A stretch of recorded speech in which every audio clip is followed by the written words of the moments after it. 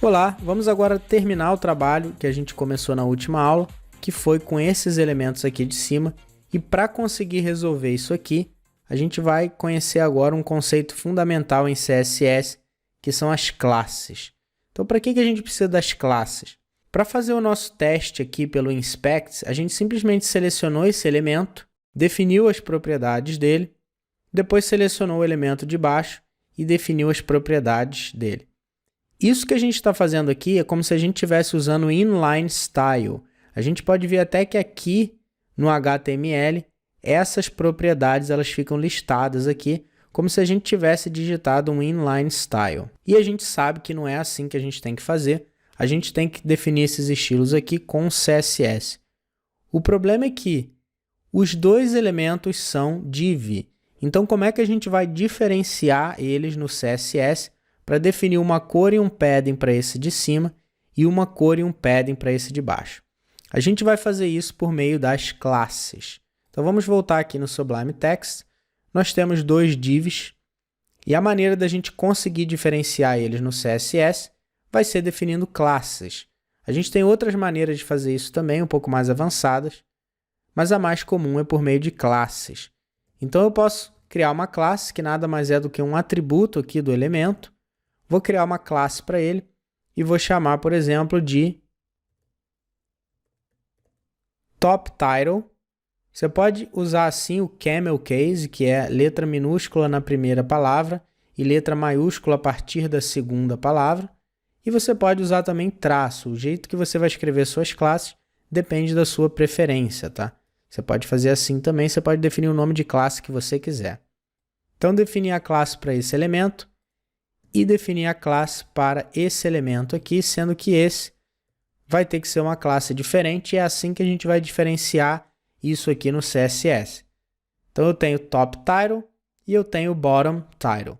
Os dois estão dentro do elemento header. Isso é uma coisa importante também. Vamos voltar aqui para o style.css. Antes, para a gente não esquecer, vamos definir aquela margem para 0 do body, que foi o que a gente fez para tirar aqueles espaços nas laterais. E agora a gente precisa listar aqueles dois elementos. A forma de listar um elemento pela classe é usando ponto. Então, eu vou usar aqui o ponto bottom title. Então, nós temos bottom title e top title.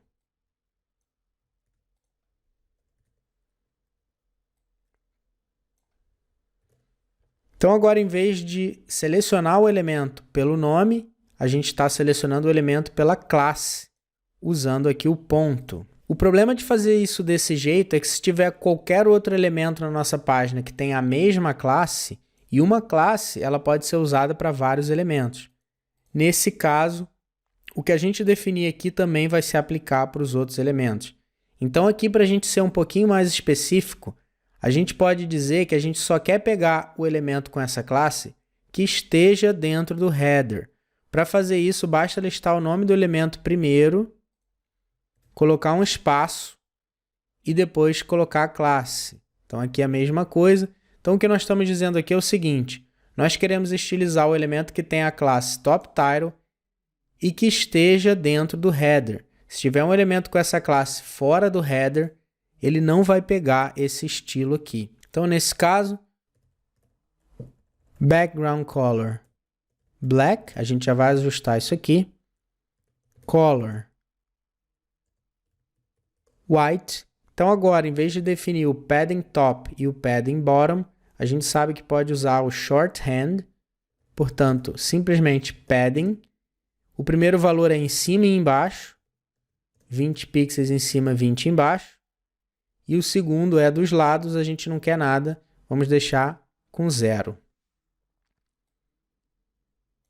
Vamos copiar isso aqui para baixo.